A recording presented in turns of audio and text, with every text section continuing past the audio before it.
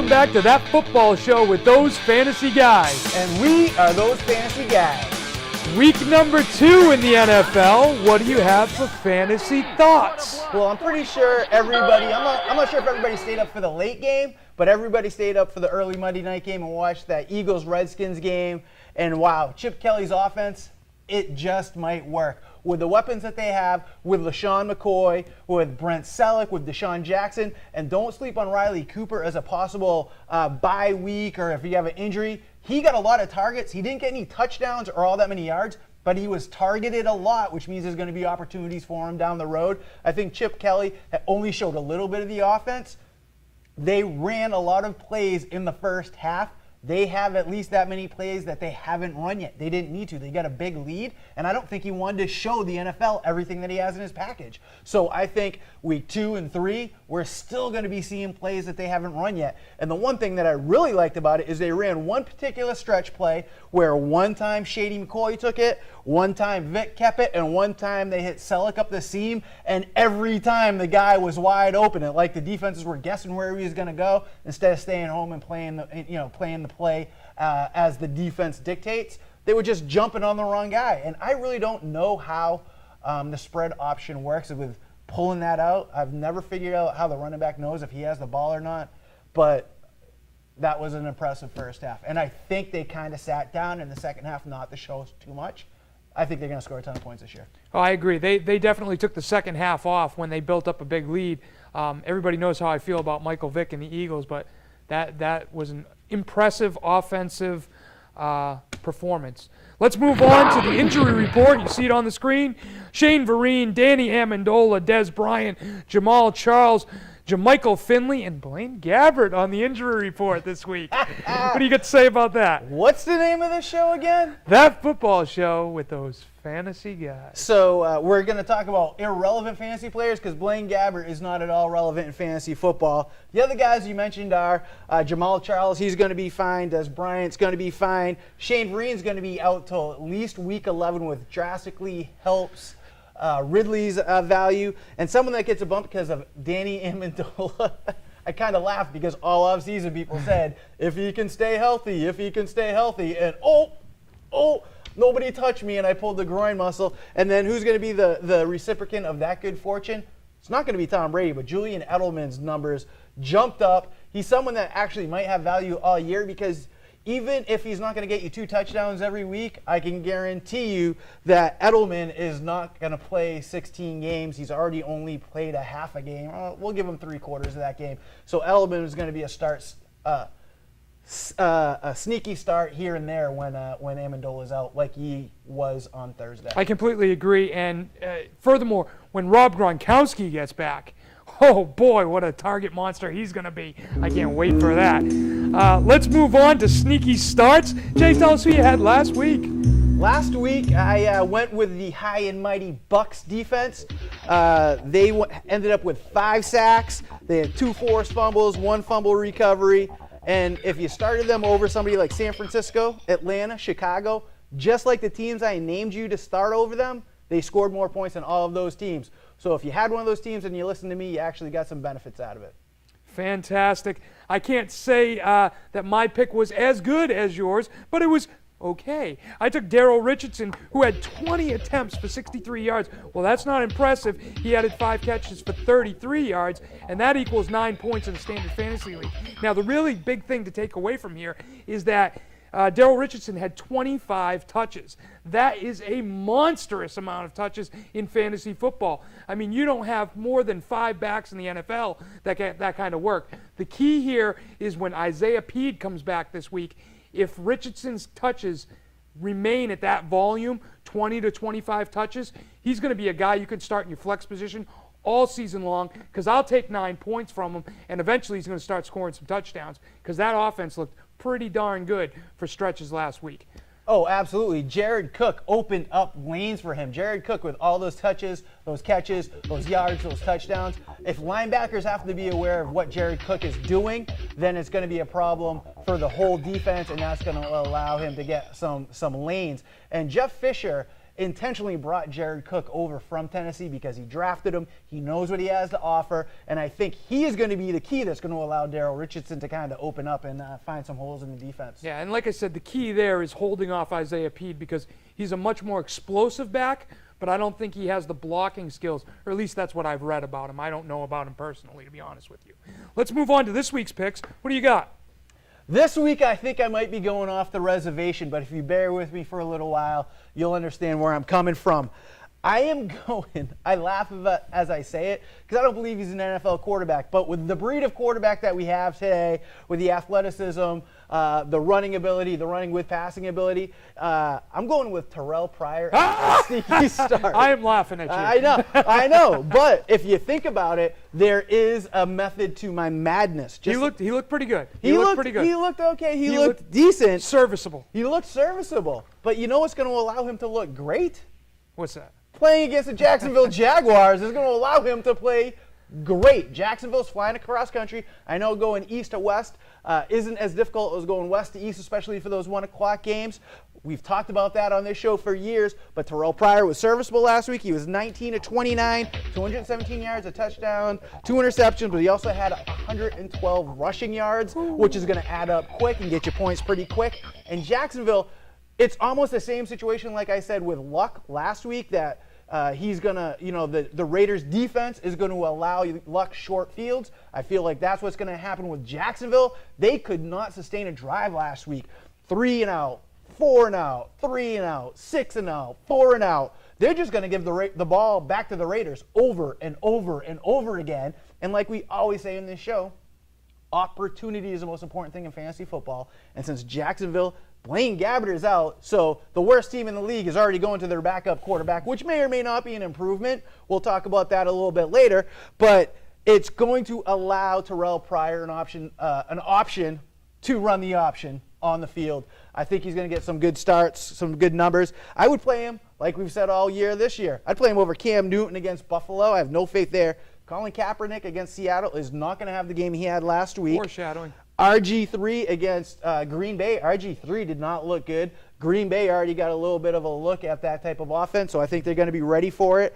And maybe even Romo, because he's got those bruised ribs and his number 1 wide receiver has a bum ankle. I would consider playing Terrell Pryor over all of those guys this week. You'd consider it, but which one of them would you actually start him over? For sure. Cam Newton, Colin Kaepernick, RG3, Russell Wilson. Can't do it on Romo. Can't do it on Romo. But I would start all the other ones over. I can't do it on Romo because I don't think he's really hurt. I think he's going to play well. But all the other ones that I mentioned, Cam, Kaepernick, RG3, and Russell Wilson, because Russell Wilson's playing San Francisco, wouldn't play him. RG3's playing Green Bay, wouldn't play him. Kaepernick obviously is playing Seattle, wouldn't play him. And I have had no faith, and I've been very clear on that, on Cam Newton this year. So I play him over him. So that's 4 guys that are drafted in the top 10 that I would take someone that was probably number 36 on the rankings before the season started, and I would start him over him. Good enough.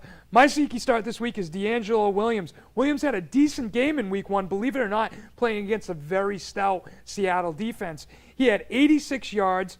He ran for 86 yards and had a 5.1 yard average. Now, he also has a very good history against the Buffalo Bills. Granted, it's 1 game against the Buffalo Bills, but in that 1 game, he ran 16 times for 89 yards and a touchdown and added 5 receptions for 50 yards. And let's not forget that when Buffalo played New England last week, they gave up 162 yards on the ground to 3 different New England backs. I think DeAngelo Williams has a great game today on Sunday. He's not going to go for 162, I don't think. I think that he easily gets over 100 and probably scores a touchdown in that game. Give me DeAngelo Williams as my week 2 safety start. I like that work right there. Sit down, Waldo. Thank you, Mr. David Lee Roth. Jay, who'd you have for your tough sit last week? My tough sit last week, if you watched, and as we've already discussed in the show, was Cam Newton. I'm not a fan of Cam Newton. I said that there's a bunch of quarterbacks you can start over Cam Newton. I know you drafted him early. I know you wanted to play him, but I warned you about what happened in Seattle when they played last year. They didn't give up any touchdowns to Cam Newton, and I said he'd be lucky if he got one this week. He did get that one that I said, but he also was 16 of 23 for 125 yards. So basically, you could have started, 27 quarterbacks in the NFL and got better numbers than you got out of Cam Newton last week. Yeah, absolutely horrible game for Cam Newton down at home, actually, playing Seattle on a 1 o'clock game, which was surprising. My tough sit last week was Brandon Marshall. It was really tough if you sat him. Now, here's what I have to say to defend myself. Brandon Marshall's game was pretty pedestrian up until that long touchdown catch. And after that, he kind of went over 100 yards, had the touchdown. To be specific, he had 8 catches for 104 yards and a touchdown. But to further defend myself, because I had 4 reasons why you should start him, I figure I'll give you 3 reasons why I was still right. The first reason was, well, he was kind of pedestrian most of the way through the game. He did break a touchdown. That's great. For you, if you started him, not so great if you didn't. But what was great, if you'd sat him, was the fact that Jay Cutler passed 33 times and only 10 went to Cutler. So I'm not to Brandon Marshall. So I'm not a complete idiot. So some things came to fruition. The Bears attempted to spread the ball around. Now they narrowly won the game because of that. Did they win the game? They did win the game. Yes. Okay, perfect. Then that makes me look even better. And I'll give you reason number 3 why I wasn't completely wrong. There were 13 wide receivers. 13 wide receivers in the NFL last week that had more yards than Brandon Marshall. Of those, Jerome Simpson, Anquan Bolden, and Brian Hartline were out on the waiver wire picking up more yards than Brandon Marshall. So even though he went over 100 yards and he had a touchdown, really it was that one play that saved the day for Brandon Marshall's numbers. Fair enough. Now, as far as Paul goes, Paul said that Aaron Rodgers was his tough sit, and I said that both of you guys were crazy. Brandon Marshall, Aaron Rodgers. Who would sit any of those guys? They both proved you wrong. Aaron Rodgers was 20, kind of. Well, I will take a touchdown and 100 yards out of my starting wide receiver every week. Okay. So, and I would also take 21 to 37 with 333 yards and 3 touchdowns every week out of my quarterback. If I could have those numbers every week, I would be winning championships. So I don't know how you guys went out that way. I know that Aaron Rodgers did have the 49ers, which is a vaunted defense. I can understand how someone would say, well, maybe, but you can't tell me 9 guys better than Aaron Rodgers that you're going to start, so you're going to sit them. So you have to start them. I hear you. Now, interestingly enough, talking about the Green Bay Packers and the San Francisco 49ers, my tough sit this week is Colin Kaepernick. Now, Colin Kaepernick exploded onto the 2000 fantasy football scene last week with 27 completions for 39 attempts, 412 yards, and 3 touchdowns. But he's playing the dreaded Seattle Seahawks defense, who held Cam Newton to 125 yards. Now, last year when Colin Kaepernick played the Seahawks in Week 16, so he was rolling by then. He was 16 to 36 for 244 yards, a touchdown, and an INT. Those aren't great numbers. They're certainly not 350-yard, 3 touchdown numbers. Now, I won't say that Colin Kaepernick can't do it again, but what I will say is if he puts up those kind of points again, it's going to be with his legs against that defense. So I think you can find 3 quarterbacks better than 10 quarterbacks better than Colin Kaepernick this week. So he's my tough sit for week 3. Oh, I agree 100% that, number one, Seattle's defense is nasty, and it's almost an easy play to say, hey, I don't want to play someone who's playing against Seattle's defense. And number 2, that there's going to be other quarterbacks that are out there. There's going to be people that are 8, 9, 10, where you're at. You got your Tony Romos, RG3s, these type of quarterbacks, Andrew Luck, that aren't going to be playing the best defense in the league. So you might get something pretty good if you look at other places. Absolutely. Now, as far as that goes, I'm going with my tough sit this week is going to be Frank Gore. Again, against the Seattle Seahawks defense. I didn't realize that we were going to be riding that same thing. But we're basically saying that the Seahawks are just going to shut down. Nasty. They're going to shut down the 49ers. Frank Gore, last week Frank Gore didn't have a great game. 21 carries for 44 yards. Yeah, he had a touchdown, but 21 carries for 44 yards. He's got a little bit of tread on that tire. He's getting a little bit older. I'd rather play Vic Ballard or a Matt Bradshaw, no matter which one you want against the Miami Dolphins. I'd rather play Pierre Thomas. Who knows what's going on in the New Orleans backfield, but I have more faith in Pierre Thomas than any of the other guys in fantasy football going against Tampa Bay. Or like you said, Daryl Richardson against Atlanta. These are all options. I know you drafted Frank Gore really high, but there are options out there that have a much better chance to help you win a fantasy football game. You need to keep your eyes open and look at all the options. Yeah, and just as a side note before we move on to Wall Street, buy low, sell high, that T.Y. Hilton last week was awful. I think he had 5 targets and didn't catch any of them or caught 2 of them or something ridiculous like that. But the Indianapolis Colts have addressed publicly that they need to get T.Y. Hilton, their playmaker, the ball. I'm not saying that. The coaches said that. So look for T.Y. Hilton this week too. And you know somebody else that said something is Paul Roy. His tough sit this week is probably a back that went first, second, probably not first. I'm going to give you probably Adrian Peterson. Second, third, fourth in the draft. Arian Foster ranks as the number 9 back this week. But if you watch Monday Night Football, he had 18 carries and 57 yards, 0 TDs. He didn't look real quick. You addressed this last week that you thought that Ben Tate might steal a little bit of the thunder, steal a little bit of the show. Tate had a few less carries, but had more yards per carry. Absolutely. Looked a lot more explosive. So it's one of those things that Foster still might be getting his legs underneath him. But this, that, or the other, Paul Roy's telling you to sit Arian Foster this week. Let's move on to Wall Street. Buy low, sell high. It's on the screen. And Jay, you got first dibs on this one. My Wall Street is, we've already addressed this too. Jacksonville is awful.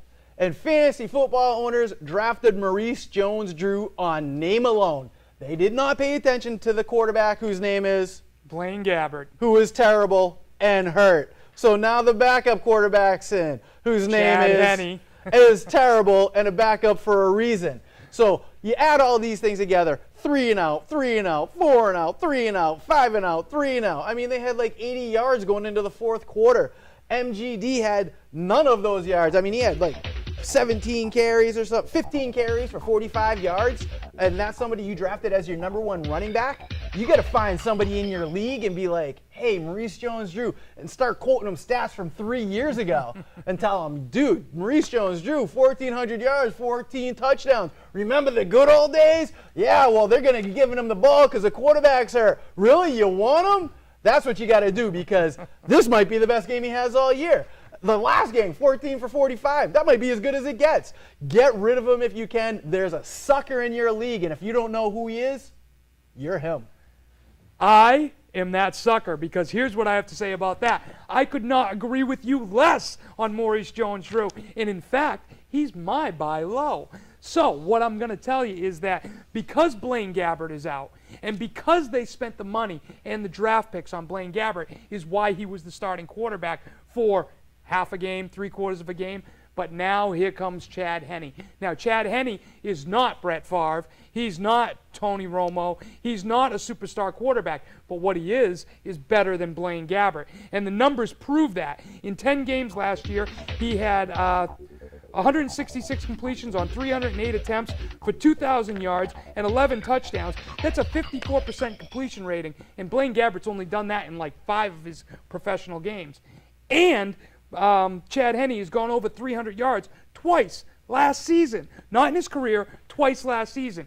So what I think is going to happen is I think Chad Henne comes into the game, he throws the ball downfield. Whether you make the completion or not, you give the illusion or you present the threat that you're going downfield and the defense doesn't have an option except for to back up off the ball, and that's going to open up wide lanes for an all-star running back named Maurice Jones-Drew. So if you can get him low, then don't be a sucker. Pull the trigger, get him, start him, and be happy.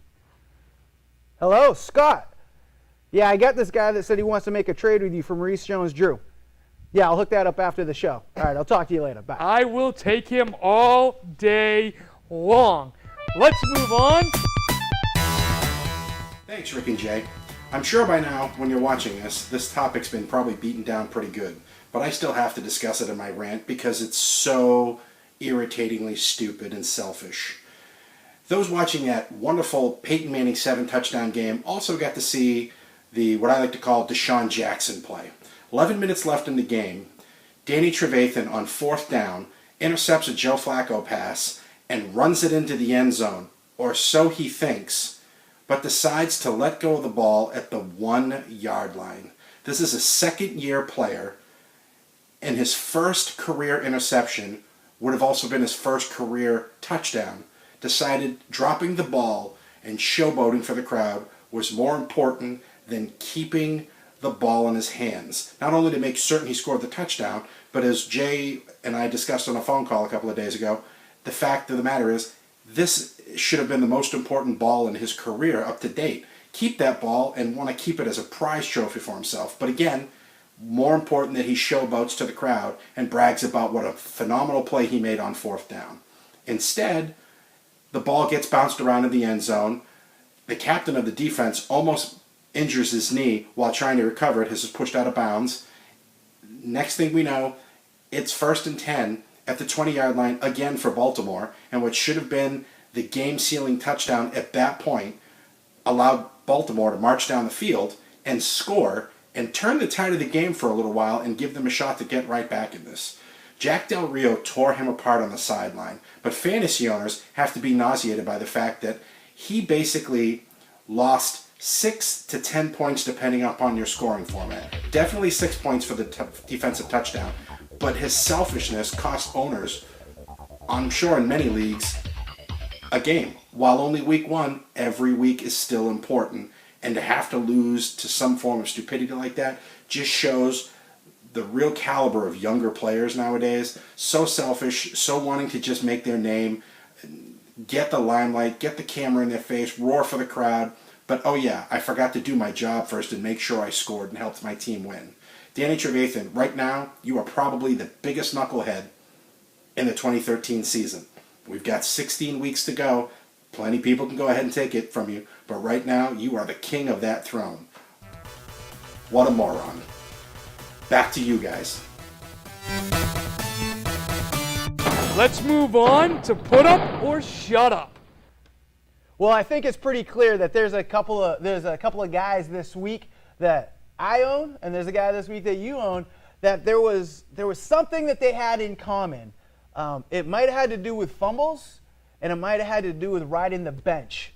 I've got David Wilson that I've been talking about for 2 weeks now.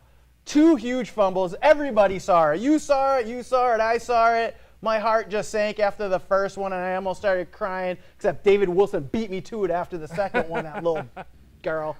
Anyways, as Antrell Roll said, he's got 2 ways to go. He can either suck it up and be a man, or he can curl up in a ball and never play football again. And the Giants brought in Brandon Jacobs. I don't see him as being any genuine threat. And Darrell Scott, if he was an NFL running back, he wouldn't have been the guy getting cut until Andre Brown broke his leg. So he did nothing to secure the job. I mean, clearly his value is as low as it can get. But that being the case, if the Giants plan on winning games, they really have to kind of say, hey, maybe you should give a phone call to Tiki Barber, because this is the exact thing that There you tormented go. Tiki Barber's career. That's I right. think Tiki Barber is a terrible human being for the way he exited the Giants, and I think it's all karma that they won the Super Bowl the year after he left.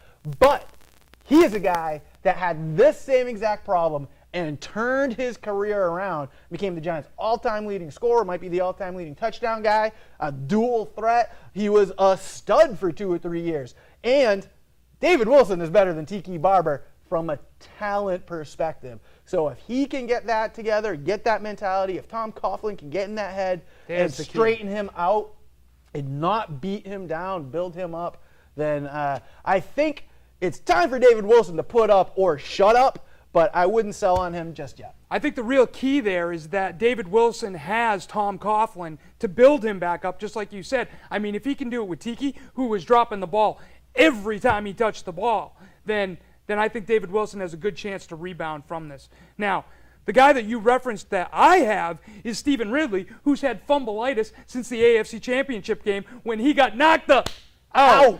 And ever since then, he just hasn't looked like the same guy. Now, granted, we're in week 1, so this is the first time he has a chance to be the same guy.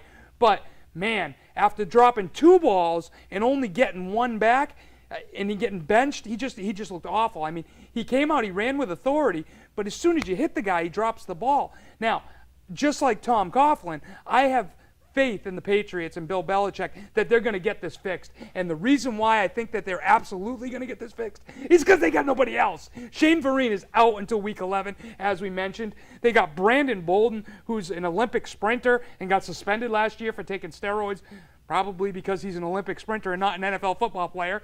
And then they got LeGarrette Blount, who I think was a decent back in Tampa Bay, but for one reason or another got run out of town. He's now the backup in New England. Maybe that's somebody you target, but I really think that Stephen Ridley, a guy who had 1,200 yards and 12 touchdowns last year, is going to be the bell cow for the Patriots for at least until week 11. And, you know, just to show that this isn't an isolated incident. If you weren't really paying attention to Stephen Ridley and David Wilson, there was lots of running backs that had fumbles last week.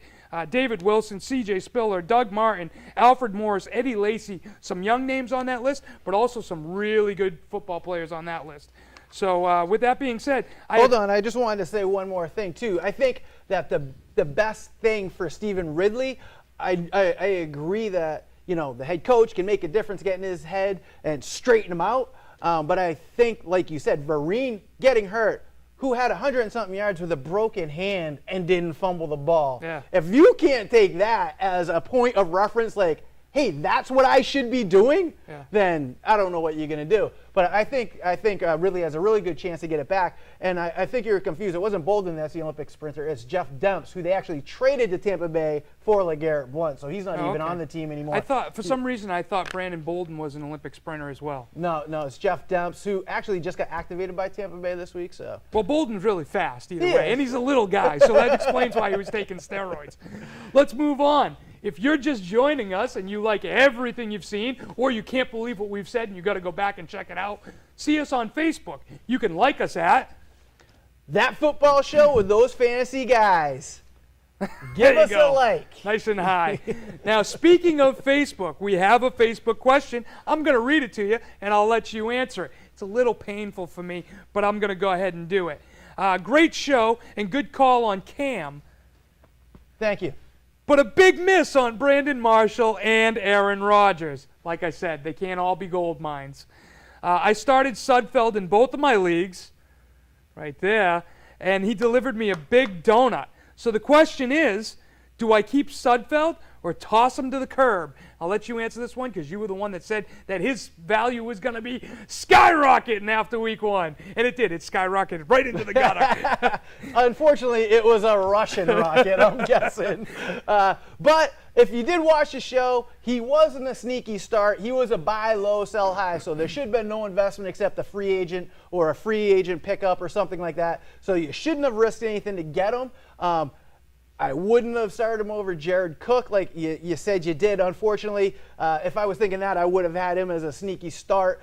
But so in my defense, you really didn't lose anything, and definitely stick with Jared Cook. We already talked about him earlier in the show, and I would get rid of Sudfeld now. The Thursday night game's already played. You know and I know. This show's recorded before the Thursday night game, but he didn't do anything. I don't even think he played.